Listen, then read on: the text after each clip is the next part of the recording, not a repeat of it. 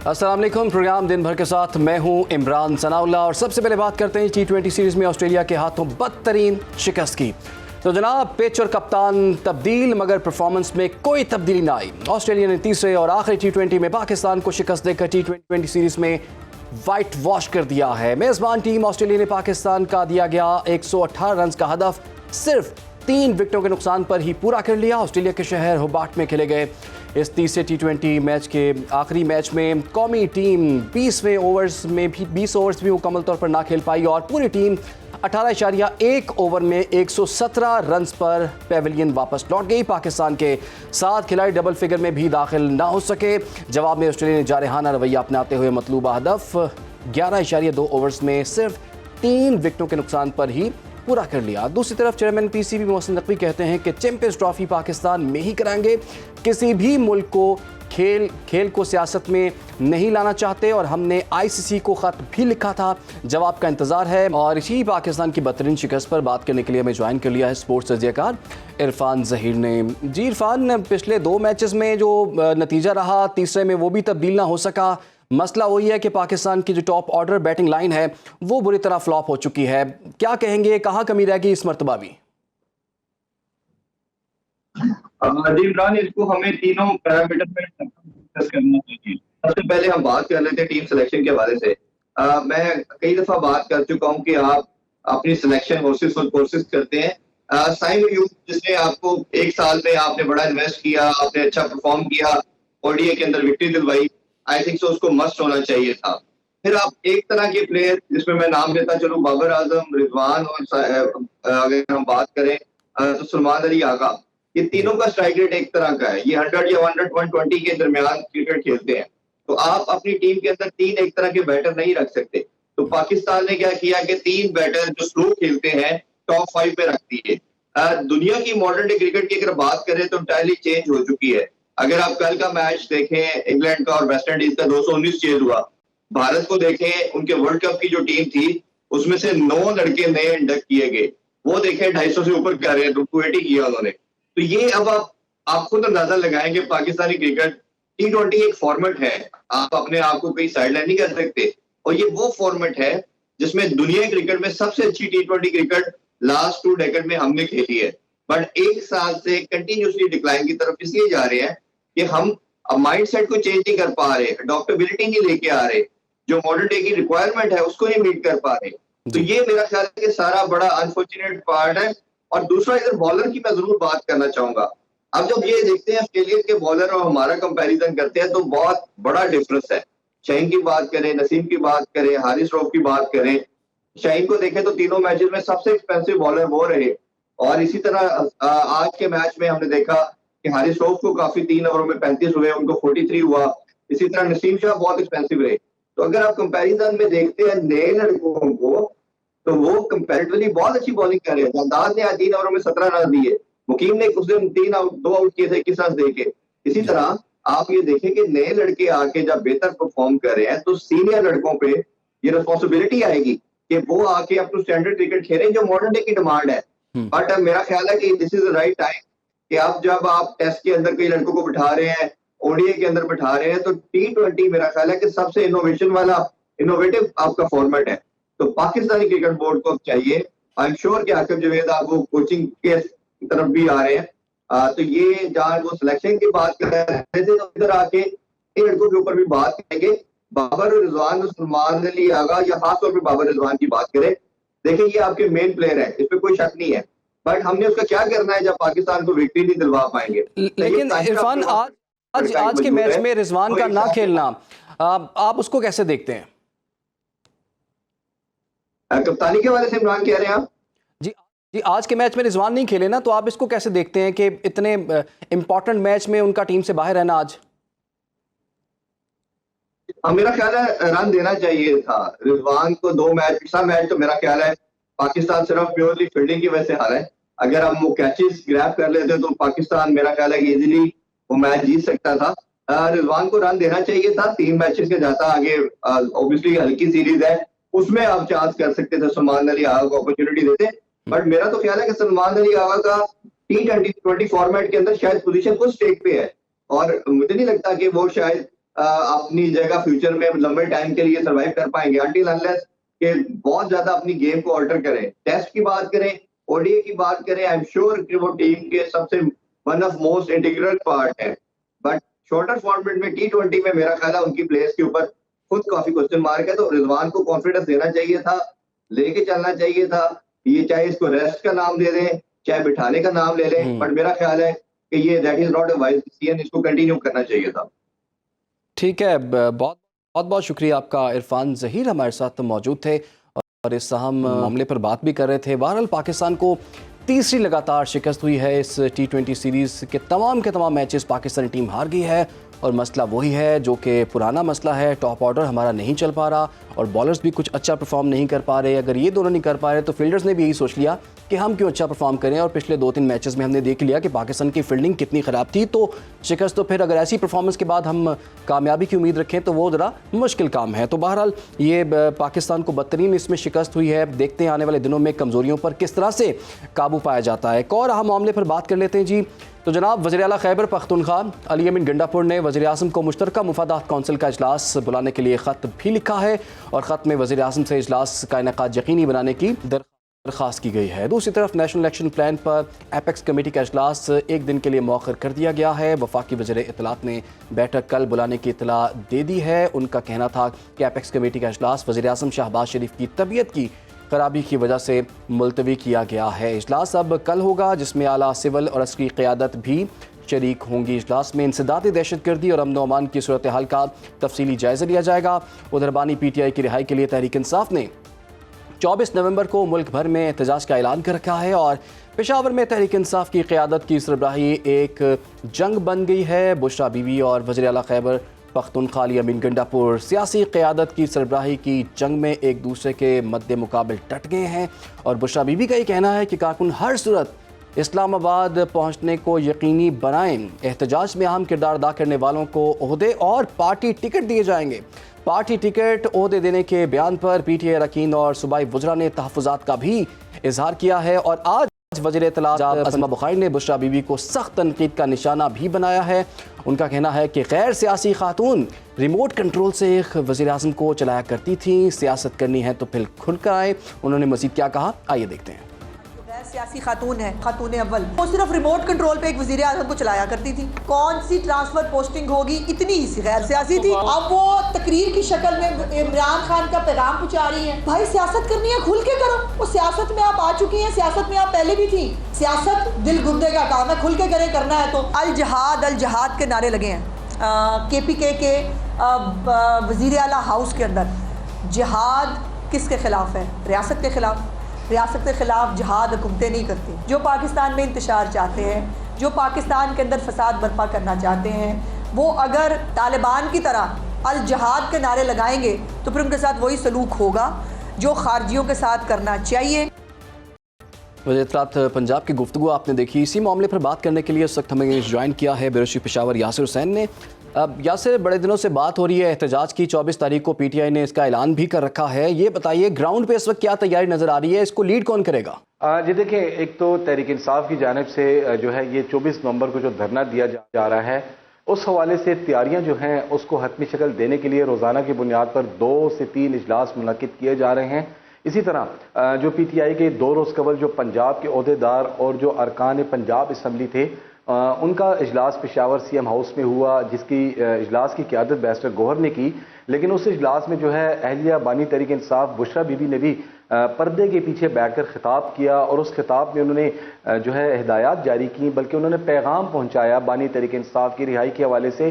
انہوں نے ساتھ ساتھ یہ بھی کہا کہ مجھے سیاست میں آنے کا کوئی شوق نہیں ہے, لیکن میں بانی تحریک انصاف کا پیغام آپ تک پہنچا رہی ہوں کہ 24 نومبر کے لیے وہ اسلام آباد دھرنے میں بھرپور شرکت کریں, اور جو پارٹی کے اندر اختلافات ہیں اس کو فی الوقت پیچھے رکھا جائے, اور جتنے کارکن ہیں, عہدیدار ہیں, وہ اسلام آباد پہنچنے کی کوشش کریں.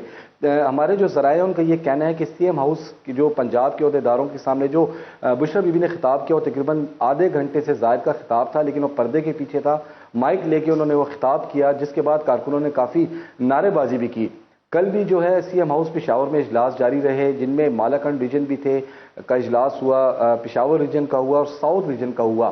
मैं साथ साथ ये भी बताता चलूं कि पंजाब के अहदेदारों ने जो है परसों के इजलास में तहफ़्फ़ुज़ात भी अपने पेश किए, जिनमें सबसे बड़ा जो तहफ़्फ़ुज़ात थे या मुश्किलात का उन्होंने बात की वो ये थी कि कारकुन जब गिरफ्तार हो जाते हैं तो मरकज़ी क़यादत या सूबाई क़यादत उनकी रिहाई के लिए कोई इक़दामात नहीं उठाती। साथ साथ उन्होंने ये भी कहा कि अखराजात वो अपनी जेब से आज तक बर्दाश्त करते आए हैं, लिहाजा अब जो 24 नवंबर का जो धरना है इसके अखराजात कौन बर्दाश्त करेगा, जिस पर अमाद अज़हर और वज़ीर आला अली अमीन गंडापुर ने कहा कि तमाम जितने भी अखराजात हैं, चाहे वो ट्रांसपोर्टेशन की मद में है, खाने पीने की मद में है या गिरफ्तारी होगी तो उस हवाले से भी जितने रिहाई के लिए अखराजात होंगे वो पार्टी बर्दाश्त करेगी। उसके लिए अमाद अज़हर भी मौजूद हैं पंजाब लेवल पर, जबकि केपी लेवल पर जो है वो अली अमीन गंडापुर खुद मैदान में होंगे। इसी तरह केपीके के जो अरकान थे उन्होंने भी कई तहफ़्फ़ुज़ात सामने पेश किए, जिनमें सबसे ज़्यादा जो थे ट्रांसपोर्टेशन के अखराजात थे। ऐसे अहदेदार भी थे जिनका एक कहना था कि वो कर्जदार हो चुके हैं और उन्होंने अभी तक पैसे भी ट्रांसपोर्ट वालों को नहीं दिए, जो कि पिछले जो कई 2 से 3 माह में जो जलसे जुलूस या एहतजाज किए जा रहे हैं, जिस पर अली अमीन गंडापुर ने जवाबन कहा कि जितने आप लोगों के अखराजात बर्दाश्त होंगे उनका अखराजात मैं बर्दाश्त करूंगा, बल्कि इस इजलास के बाद जो है वो बाकायदा पेमेंट भी करेंगे। अच्छा यासिर, ये तो हो गया एक मामला। दूसरा मामला है मुश्तरका मुफादात कौंसिल के इनेकाद के लिए उस इजलास के लिए जो ख़त लिखा गया है अली अमीन गंडापुर की जानिब से। इस ख़त के पीछे क्या स्टोरी है और ये जो ख़त लिखा गया है इसके क्या मकासद हैं? अब जी देखिए, आर्टिकल 154 का हवाला दिया गया है इस खत में जो अली अमीन की जानिब से प्राइम मिनिस्टर को लिखा गया है।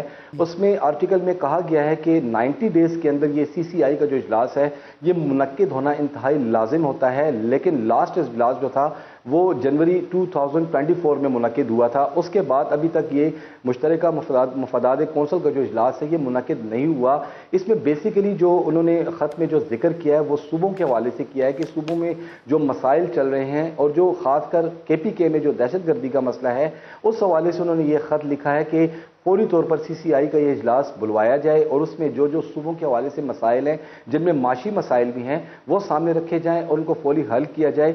ये ख़त जो था पिछले हफ्ते CM अली अमीन गंडापुर ने लिखना था, लेकिन पार्टी मसरूफियात के बायस उन्होंने नहीं लिखा, लेकिन आज ही उन्होंने लिख कर बाकायदा वफाक को ये अरसाल कर दिया है। और कहा जाता है कि इसमें जो माशी जो मसाइल हैं ख़ासकर सूबे खैबर पख्तूनख्वा के, उसका जिक्र भी किया गया है और जो बकायाजात हैं वफाक की जानिब से KPK के, वो उस मद में भी लिखा गया है, ताकि उन्होंने मुतालबा भी किया है कि जो CCI का इजलास है उसको फौरी तौर पर तलब किया जाना चाहिए और इस इजलास में बैठकर तमाम सूबों के जो मसाइल हैं वो सामने रखे जाने चाहिए। अच्छा, एक और अहम मामला है यासिर, एक जानिब तो PTI एहतजाज की कॉल दिए हुए है, दूसरी जानिब अली अमीन गंडापुर के हवाले से जो खबरें सामने आ रही हैं मुख्तलिफ ज़राए के हवाले से कि वो इस्टेब्लिशमेंट से बैठना चाहते हैं, उनके साथ बैठ के बातचीत करना चाहते हैं और वो कारकुनान जो कि गिरफ्तार शुदा हैं उनकी रिहाई के लिए कुछ एफर्ट करना चाहते हैं। इस बात को कितनी पजीराई मिल रही है PTI की आला क़यादत के पास? और एक जानिब एहतजाज, दूसरी जानिब मुज़ाकरात, इस पर क्या मौक़िफ़ है इनका?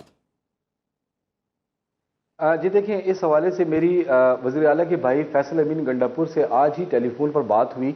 ये गुज़िश्ता रोज़ उन्होंने मुज़ाकरात के हवाले से अपने कारकुनों को के खिताब के दौरान ये की थी कि आज भी मुज़ाकरात के लिए दरवाजे खुले हैं।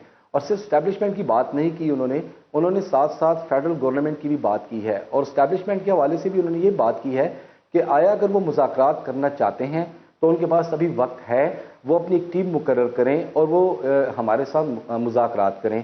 उन्होंने ये बात जो है एक CM की हैसियत से नहीं बल्कि सूबाई सदर की हैसियत से ये बात की है जो मेरी बात हुई है फैसल अमीन गंडापुर से।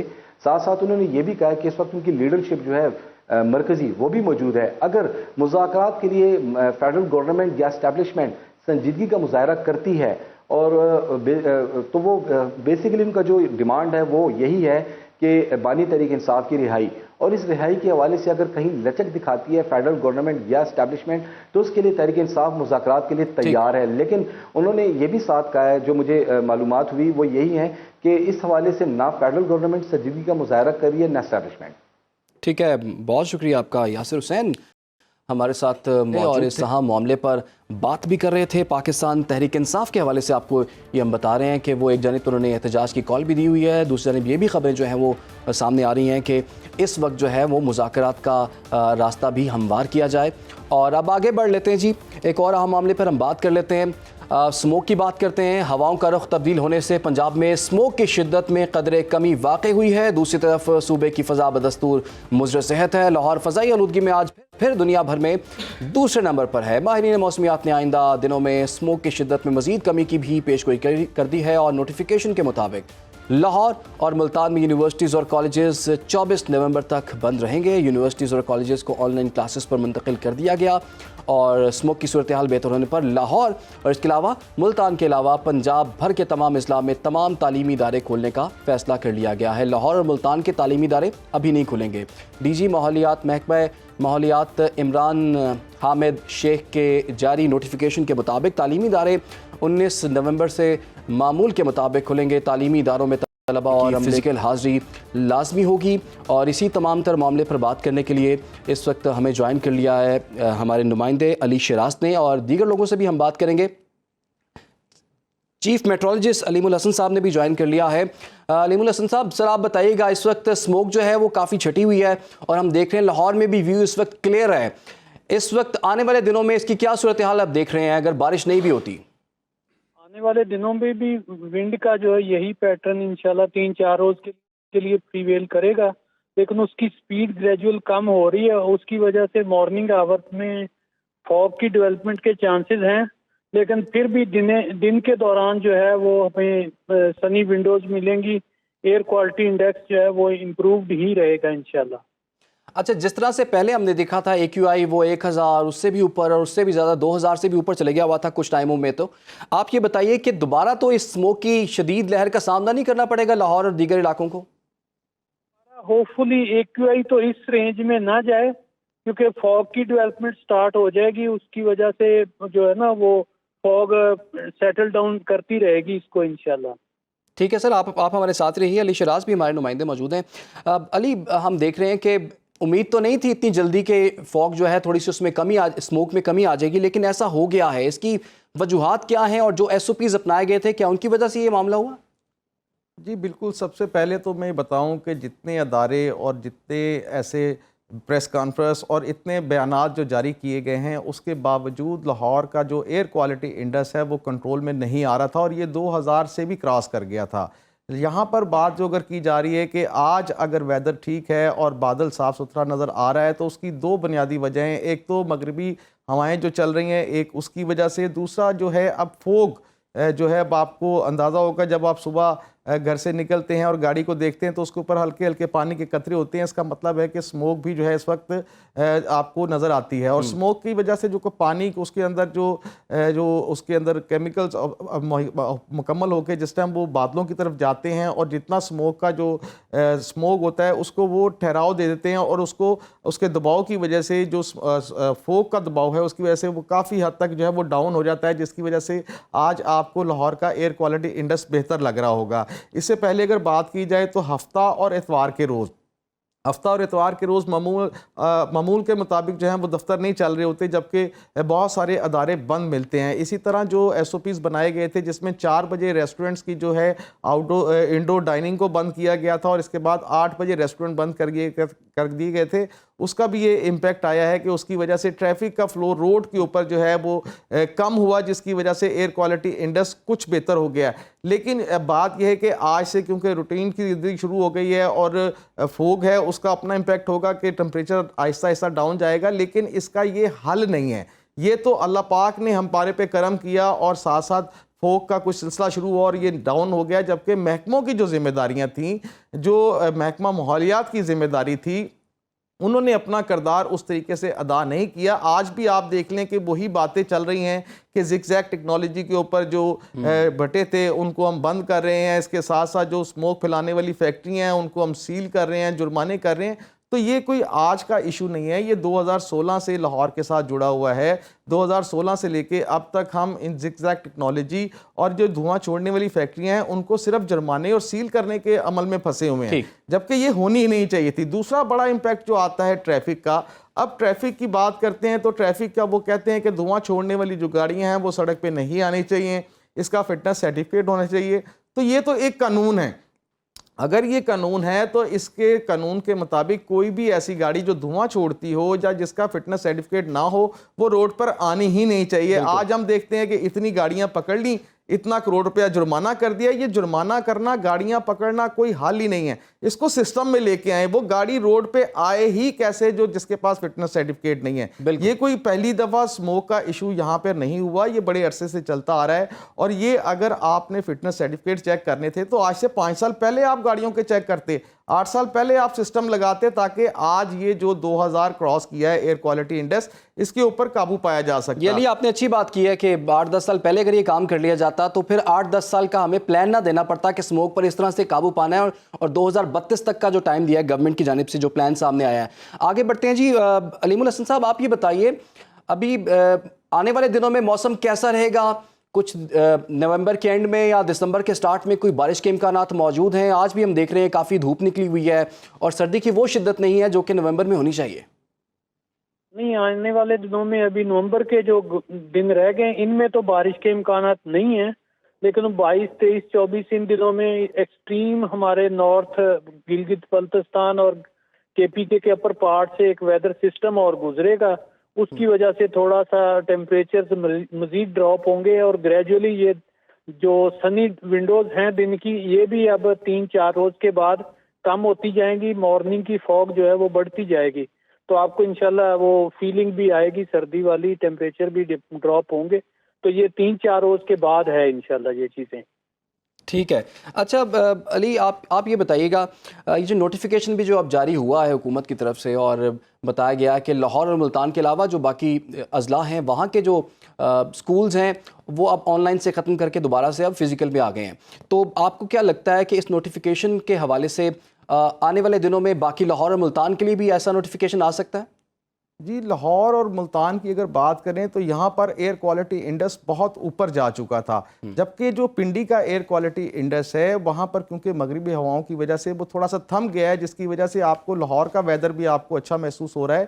اس وجہ سے جو راول پنڈی کے جو سکولز، کالج، یونیورسٹیز ہیں ان کو کھولنے کا نوٹیفیکیشن جاری کیا گیا تھا. باقی اضلاع میں آپ دیکھتے ہیں تو آپ کو اس طرح سے جو اسموک کے اثرات ہیں وہ نظر نہیں آتے، کیونکہ لاہور اور ملتان اس ٹائم جو خاصا متاثر ہوا ہے اس میں لاہور کا جو ایئر کوالٹی انڈیکس ہے 2000 کو بھی ٹچ کر گیا تھا. ابھی جو آپ کو میں بتاتا چلوں جو مارکیٹیں بند ہیں، جو ٹرانسپورٹیشن تھوڑی سی کم ہوئی ہے اور جو ہفتہ اتوار کا آپ کو گیپ ملا ہے اس کی وجہ سے بھی کافی امپیکٹ آیا ہے کہ ایئر کوالٹی انڈیکس ڈاؤن کریں. اگر یہ اسکول کالج دوبارہ کھل گئے، مارکیٹیں دوبارہ سے اوپن ہو گئیں تو یہ سموک آپ کو ویسے ہی ملے گا جس طرح اب سے کچھ دن پہلے آپ کو 2700-1600 انڈیکس پہ کھڑا ملتا تھا. ان کو کنٹرول کرنے کے لیے یہ اپنا ٹمپریری ہیڈ کے اوپر جب گورنمنٹ گئی ہے کہ اس کے اوپر لاک ڈاؤن لگایا جائے، اس پہ پابندی لگائی جائے، چیزوں کو بند کیا جائے، بچوں کو اسکول سے نکال کے گھروں میں بٹھا دیا جائے، آن لائن کلاسز کر دی جائیں. ٹرانسپورٹیشن ہے کوئی نہیں اس شہر کے اندر، ٹرانسپورٹیشن ہوگی تو یہ گاڑیاں کم ہوں گی. ٹرانسپورٹیشن کے لیے آپ نے جال پھیلایا ہی نہیں. آپ کا کتنا ایریا ایسا ہے جہاں پہ آج بھی اگر آپ نے جانا ہو تو آپ کو یا تو اوبر بائی اپنا کوئی گاڑی کروانی پڑتی ہے یا پھر آپ کو اپنی کنوینس پہ جانا پڑتا ہے، وہاں پر آپ کو پبلک ٹرانسپورٹ نہیں ملتی. سب سے پہلی چیز ہے کہ گورنمنٹ کو اپنی جو پالیسیز ہیں اس کے اندر جو اس میں سموک کے اثرات جس سے کم ہو سکے اس کے اوپر عمل درآمد کرنا چاہیے. بہت بہت شکریہ آپ کا. علی شراز ہمارے تھے اور علیم الحسن چیف میٹرولوجسٹ بھی ہمارے ساتھ موجود تھے. اور بالکل آپ نے ٹھیک بات کی کہ پرو ایکٹیو اپروچ ہونی چاہیے نہ کہ ری ایکٹیو اپروچ ہونی چاہیے. اس پر ہم دیکھتے ہیں آنے والے دنوں میں کیا کام ہو سکتا ہے. فی الحال یہاں پر وقت ایک بریک کا، آپ ہمارے ساتھ رہیے. Welcome back. پروگرام میں ایک مرتبہ پھر سے آپ کو خوش آمدید کہتے ہیں. تو ناظرین، ملتان کے نسر اسپتال سے ایک اہم خبر ہے، وہ یہ ہے کہ ڈائلسس سینٹر سے ایڈز وائرس کے دیگر مریضوں میں منتقلی کے معاملے پر تحقیقاتی کمیشن کی رپورٹ میں تہلکہ خیز یہ انکشافات جو ہیں وہ سامنے آئے ہیں. تحقیقاتی کمیشن کی رپورٹ کے مطابق ہیلتھ کمیشن کے SOPs کے مطابق ایک مریض کا ہر 6 ماہ بعد ایڈز کا ٹیسٹ اور ہر 3 مہینے کے بعد ہیپیٹائٹس کا ٹیسٹ ہونا لازم ہے. رپورٹ کے مطابق رجسٹرڈ مریضوں کا گزشتہ 1 سال سے ایڈز ٹیسٹ نہیں کیا گیا اور گزشتہ ماہ 11 اکتوبر کو ڈائلسس یونٹ میں ایڈز کا مریض رپورٹ ہوا. اسپتال انتظامیہ نے معاملے کو دبانے کے لیے ایڈز کنٹرول پروگرام کے کسی ڈاکٹر سے رابطہ نہیں کیا. اسپتال انتظامیہ نے 1 ماہ بعد بھی 25 مریضوں کے اہل خانہ کے اسکریننگ ٹیسٹ نہیں کرائے گئے. اس معاملے پر MS نسر اسپتال ملتان ڈاکٹر کاظم خان کا کیا کہنا ہے، آپ کو وہ دکھاتے ہیں. बी पॉजिटिव, सी पॉजिटिव, नॉर्मल जिसको BC नेगेटिव होगा और HIV पॉजिटिव, ये सेपरेट मशीनें होती हैं। हमारे पास कुछ पेशेंट ऐसे रिपोर्ट हुए हैं जो प्रीवियसली हमारे पास ही रजिस्टर्ड थे और हमसे डायलिसिस की फैसिलिटीज़ ले रहे थे, but during further screening process हमारे पास वो HIV पॉजिटिव केस आया। पेशेंट सम टाइम डायलिसिस किसी और जगह से भी करा लेता है। पेशेंट ऐसा भी होता है जो हफ्ते में 3 मरतबा डायलिसिस करा रहा होता है। तो उस पे अभी इंक्वायरी इनिशिएट है। Let us see, it will take time. Primary case को आइडेंटिफाई कर सकेंगे कि ये कब और किस तरीके से पॉजिटिव हुआ। तो डॉक्टर कासिम की गुफ्तगू आपने मुलाहिजा की। इसी मामले पर बात करेंगे। मैं ज्वाइन कर लिया है ब्यूरो चीफ मुल्तान यासिर मजीद ने। यासिर, ये इतनी बड़ी गलती हुई है जिसकी कोई हद ही नहीं है। अब जो 25 लोग एड्स में मुब्तला हो गए हैं किसी की नाअहली की वजह से, उसका जिम्मेदार कौन है? रिपोर्ट तो सामने आ चुकी है, जिम्मेदारों का तयन भी हो गया। अब क्या कार्रवाई होगी इस पर? जी देखिए, इस मामले में निश्तर अस्पताल की इंतजामिया की मुजरमाना गफलत है। 11 अक्टूबर को ये प्राइमरी केस निश्तर अस्पताल के डायलिसिस वार्ड में रिपोर्ट हुआ है और वहां पर बगैर HIV स्क्रीनिंग के इसके डायलिसिस किए गए। इसके बाद ये जो प्राइमरी केस है इसको कहा गया कि आप बाहर से जाकर अपना टेस्ट भी करवाएं और फिर 16 बनवा कर आए। जब वो निजी क्लिनिक के अंदर पहुंचा है तो वहां पर HIV पॉजिटिव आया है, जिसके बाद 13 अक्टूबर को ये मरीज दोबारा से निश्तर में पहुंचा और वहां पर उसने अपनी पॉजिटिव रिपोर्ट इंतजामिया को दिखाई, जिसके बाद जो सीनियर डॉक्टर्स हैं उनको इस सारे मामले से आगाह किया गया और तब तक 16 मरीजों के उसी मशीन के ऊपर डायलिसिस किए जा चुके थे, जिस पर इस प्राइमरी केस का जो डायलिसिस का इलाज है वो किया गया। अब मामले की जो रिपोर्ट है वो सामने आ चुकी है। MS निश्तर अस्पताल, हेड ऑफ नेफ्रोलॉजी डिपार्टमेंट और नेफ्रोलॉजी डिपार्टमेंट, इसके अलावा मातहत अमले के 3 अरकान भी उनको जिम्मेदार करार दिया गया है और इसके बाद सेक्रेटरी हेल्थ अब इनके खिलाफ कार्रवाई करेंगे। जो तहकीकाती कमीशन है उन्होंने अपनी जो रिपोर्ट है वो सबमिट करा दी है और तहकीकात मुकम्मल करने के बाद अब देखते हैं साहब क्या कार्रवाई सामने आती है। इब्तदाई तौर पर जो 17 मरीज हैं वो अब जो एड्स कंट्रोल प्रोग्राम मुल्तान है वहां पर वो रिपोर्ट हो चुके हैं। उनमें से एक मरीज के बारे में बताया जा रहा है कि उसकी डेथ भी हो चुकी है। ये आज की ताज़ा तरीन खबर है। अच्छा, ये बताइए कि यासिर, पहले तो देख ही लिया हमने कि SOPs को फॉलो नहीं किया गया। 6 माह बाद जो एड्स के मरीज़ हैं उनका जो टेस्ट होना लाजमी है, 3 माह बाद हेपेटाइटिस का टेस्ट जो है ना वो होना लाजमी है। लेकिन इस यहाँ पर निश्तर हॉस्पिटल के अंदर 240 जो मरीज़ रजिस्टर्ड हैं जिनके डायलिसिस होते हैं, किसी के भी 1 साल से टेस्ट नहीं हुए थे, तो SOP की खिलाफ वर्जी यहीं पर आ गई। अब जिन लोगों को डायग्नोज हो गया है एड्स या कोई दूसरी बीमारी, तो उनके जो अहले खाना हैं उनमें भी तो ट्रांसमिट ये हो सकती है। क्या उसकी स्क्रीनिंग के लिए अरेंजमेंट्स किए गए हैं कुछ? जी बिल्कुल। सबसे पहला जो मामला है, जो HIV का प्राइमरी केस रिपोर्ट हुआ था उसका जो स्क्रीनिंग टेस्ट है वो फरवरी 2024 में हुआ। उसके कार्ड के ऊपर डेट भी मेंशन थी। उसके बावजूद इन्होंने यहाँ पर HIV स्क्रीनिंग नहीं की है डायलिसिस करने के बाद। अब जो डायलिसिस वार्ड का अमला है, तमाम अमले और डॉक्टर्स के स्क्रीनिंग भी मुकम्मल करा ली गई है और तमाम नेगेटिव आया है। अब निश्तर अस्पताल की इंतजामिया ने इस तमाम तर मामले के बाद जो इनके अहले खाना है उनके स्क्रीनिंग टेस्ट कराने का भी फैसला किया है। ताहाल उनके स्क्रीनिंग टेस्ट हो नहीं सके हैं, लेकिन फर्दर ये उनके जहन में है कि इसको जल्द से जल्द मुकम्मल किया जाए ताकि जो मरीज है उनकी वजह से ये वायरस उनके अहले खाना तक फैला है या नहीं फैला, ये चीज भी सामने आ जाए, क्योंकि HIV का वायरस आगे फैलता है और इसकी वजह से हमने देखा है कि 25 मरीज अब तक इस सारे लापरवाही के मामले में रिपोर्ट हो चुके हैं। लापरवाही की वजह से 25 मरीज अभी तक रिपोर्ट हो चुके हैं। बहुत शुक्रिया आपके यासिर मजीद रहे थे। और मामला बड़ा ख़तरनाक है, बड़ा तशवीशनाक सूरत हाल है और जिन लोगों के नाम सामने आए इन्वेस्टिगेशन इस पर होनी चाहिए और जो लोग ज़िम्मेदार हैं उनके खिलाफ कार्रवाई भी होनी चाहिए, जो कि होती हुई नज़र भी आ रही है। अब मुल्तान के बाद हम लाहौर की बात कर लेते हैं। लाहौर को महफूज बनाने, जराइम के खात्मे के लिए और किसी भी गैर कानूनी अमल की मॉनिटरिंग के लिए लाहौर सेफ सिटी प्रोजेक्ट बड़ी मदद फराहम करने का एक ज़रिया है। लाहौर में सेफ सिटी के नस्ब कैमरों के ज़रिए अवामी मकामात की निगरानी की जाती है और इस मकसद के लिए कंट्रोल रूम में 200 से ज़ायद स्क्रीनें जो हैं वो नस्ब की गई हैं। कुर्बान लाइन में वाक़ इस कंट्रोल रूम की इमारत में क्या कुछ खुफिया तौर पर हो रहा है, इस बारे में हमारी नुमाइंदा ज़ैनब शहबाज ने एक स्पेशल रिपोर्ट तैयार की है।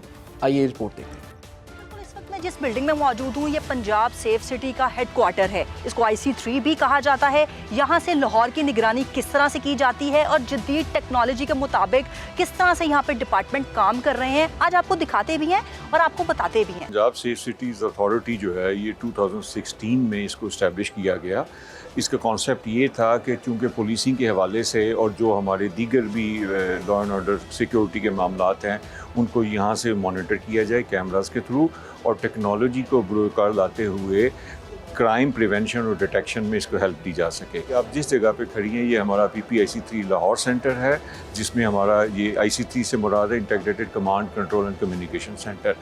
यहाँ से ना सिर्फ हम अपनी 15 की कॉल्स को लाहौर में डिस्पैच करते हैं बल्कि पूरे पंजाब की 15 कॉल्स भी यहाँ पे लैंड होती हैं और हम यहाँ से उसको डिस्पैच करते हैं। हमने रिसेंटली इसमें ये फीचर इंट्रोड्यूस करवाया कि हम यहाँ पे जो पूरे पंजाब में जो पुलिस की मोबाइल गाड़ियाँ हैं उनमें हमने टैब इंस्टॉल किए हैं। एक तो हमें उनकी लोकेशन हमारे मैप पे शो होती है, सेकेंडली वहाँ पे हम रिस्पॉन्डर को जो कॉलर है उसके साथ हम कॉन्फ्रेंस कॉल पे कनेक्ट करवाते हैं। मैं यहाँ वर्चुअल वुमेन पुलिस स्टेशन की इंचार्ज सर्व कर रही हूँ। फर्स्ट डे से हमारे एक जैसे टास्क हैं और हम उनको करते भी हैं, उसमें कोई कमी कोताही नहीं आती है। हमारी बिल्कुल कोशिश होती है कि हम प्रॉपर तरीके से उनको परफॉर्म करेंगे। 7 सालों के बाद आज मैं जहाँ पे हूँ वर्चुअल वुमेन पुलिस स्टेशन में मैं कर रही हूँ, वो बाकायदा एक सिर्फ ख़वातीन के लिए बनाया गया, जिसमें हम ख़वातीन को कैटर करते हैं। पंजाब सेफ सिटी अथॉरिटी का मकसद पंजाब समेत पाकिस्तानी अवाम के तहफ़्फ़ुज़ को बेहतर से बेहतर बनाना है।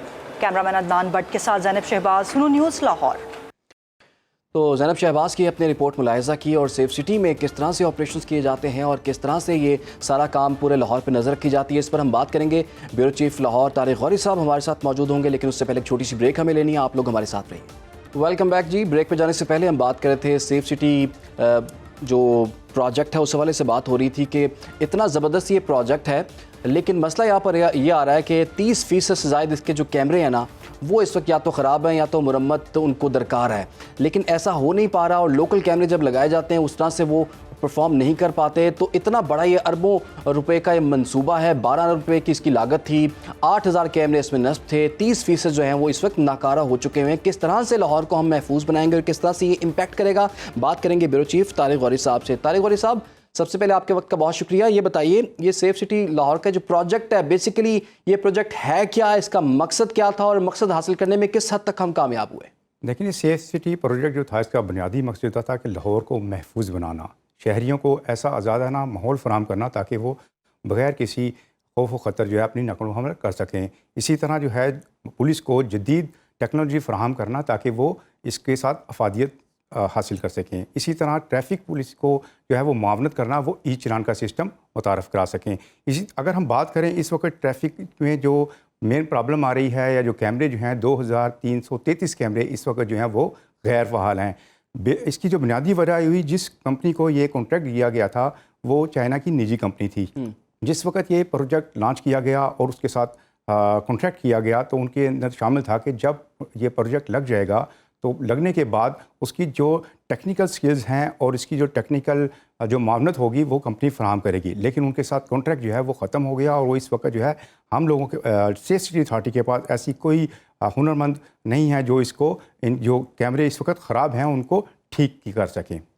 अच्छा, अब जैसे कि आप बता रहे हैं कि कैमरे जो ख़राब हैं उनको ठीक नहीं किया जा रहा, तो इस पर अब लागत कितनी आएगी, गवर्नमेंट का क्या प्लान है? क्योंकि आपको पता है लाहौर एक बहुत बड़ा शहर बन चुका हुआ है, तकरीबन 2 करोड़ से ज़्यादा आबादी कहने वाले कहते हैं इसमें रिहाइश पजीर है। तो यहाँ की सिक्योरिटी के लिए, जराइम पर काबू पाने के लिए, दहशत गर्दी को ख़त्म करने के लिए, उस पर नज़र रखने के लिए तो ये बड़ा रिक्वायर्ड है। तो ये इस पर कितना खर्चा आएगा, किस तरह से गवर्नमेंट करेगी इसे? जो अगर हम खर्चे की बात करें तो गवर्नमेंट ऑफ पंजाब ने इस वक्त 19 शहरों के अंदर जो है ना दोबारा से इसको कहा है कि ये सेफ सिटी प्रोजेक्ट जो है मज़ीद एक्सटेंड किया जाए और 30 जून 2025 तक जो है इस तमाम के तमाम मंसूबे जो है ना मुकम्मल करने हैं और इसको कनेक्टिविटी के लिए 5 अरब रुपए जो है वो मुख्तस किए गए हैं, जो ये इसकी कनेक्टिविटी को और इसकी फ़ालियत के लिए जो है ना वो आपस में जोड़ के रखेंगे। और अगर हम बात करें लाहौर शहर के अंदर जो कैमरे इस वक्त ख़राब हैं उसकी टेक्निकल रिक्वायरमेंट जो है और उसके अंदर जो सेंसर्स लगे होते हैं वो बेसिकली ख़राब हैं और उनको ठीक करने के लिए हमारे पास इस तरह की कोई फैसिलिटी नहीं है कि اس کو اس کو انالیسس کر سکے, کہ اس کا بجٹنگ کر سکے کہ اس کو جو ہے اس کی پروکیورمنٹ کتنے کی ہو سکتی ہے. اچھا یہ بتائیے, جو آپ بتا رہے ہیں کہ 19 مزید شہروں میں یہ ایکسپینڈ کیا جا رہا ہے, اس پر کام بھی ہو رہا ہے, تو یہ کام کب شروع ہوگا اور کب کمپلیٹ ہوگا, اور کون کون سے شہر ہیں اس میں؟ دیکھیں, جو 19 شہر ہیں وہ اس وقت جو ہیں ان کے اوپر کام شروع ہو رہا ہے. گورنمنٹ نے ان کو ایکسپیڈائٹ کروا رہی ہے, اس کے لیے پراپر بجٹ بھی جو ہے وہ مختص کر دیا گیا ہے. فنانس ڈپارٹمنٹ اس کو جو ہے ایگزیکیوشن کے لیے معاونت بھی پوری کی پوری فراہم کر رہا ہے. لیکن مقصد یہی ہے کہ جو اس وقت 19 شہر ہیں, اگر لاہور شہر جو بیسیکلی ہمارا ایک بڑا شہر ہے, میٹروپولیٹن سٹی ہے, جب وہاں پر ہی لگنے کے بعد بھی جو ہیں کیمرے اگر صحیح طرح کام نہیں کر رہے, ان سے باقاعدہ طور پر جو ہے فائدہ نہیں اٹھایا جا رہا, اور کرائم کی جو ریشو ہے وہ دن بہ دن بڑھتی جا رہی ہے, اور کرمنل مائنڈ جو ہے ان کو پتہ ہے کہ کون سا کیمرہ جو ہے چل رہے ہیں اور کون سے کیمرے نہیں چل رہے, تو اس کی افادیت سے فائدہ نہیں ہو رہا. بہت شکریہ آپ کا. طارق غالب صاحب ہمارے ساتھ موجود تھے. اور لاہور ایک بڑا شہر ہے, یہاں پر اگر سیف سٹی, سب سے پہلے یہیں پر ہی سیف سٹی پروجیکٹ جو ہے وہ لانچ ہوا تھا, اور 8000 کیمروں میں سے اگر 2300 کیمرے نہیں چل رہے تو یہ ایک بہت بڑا سوالیہ نشان ہے. گورنمنٹ کو اس پہ بھی توجہ دینی چاہیے. اگر اس پہ توجہ دیں گے تو پھر جو 19 نئے پروجیکٹس آپ شروع کرنے والے ہیں اس پہ بھی یقیناً آپ پھر توجہ دے پائیں گے. فی الحال کے لیے پروگرام کا وقت جو ہے ختم ہوا چاہتا ہے. کل پھر حاضر ہوں گے آپ کی خدمت میں, تب تک کے لیے اللہ حافظ.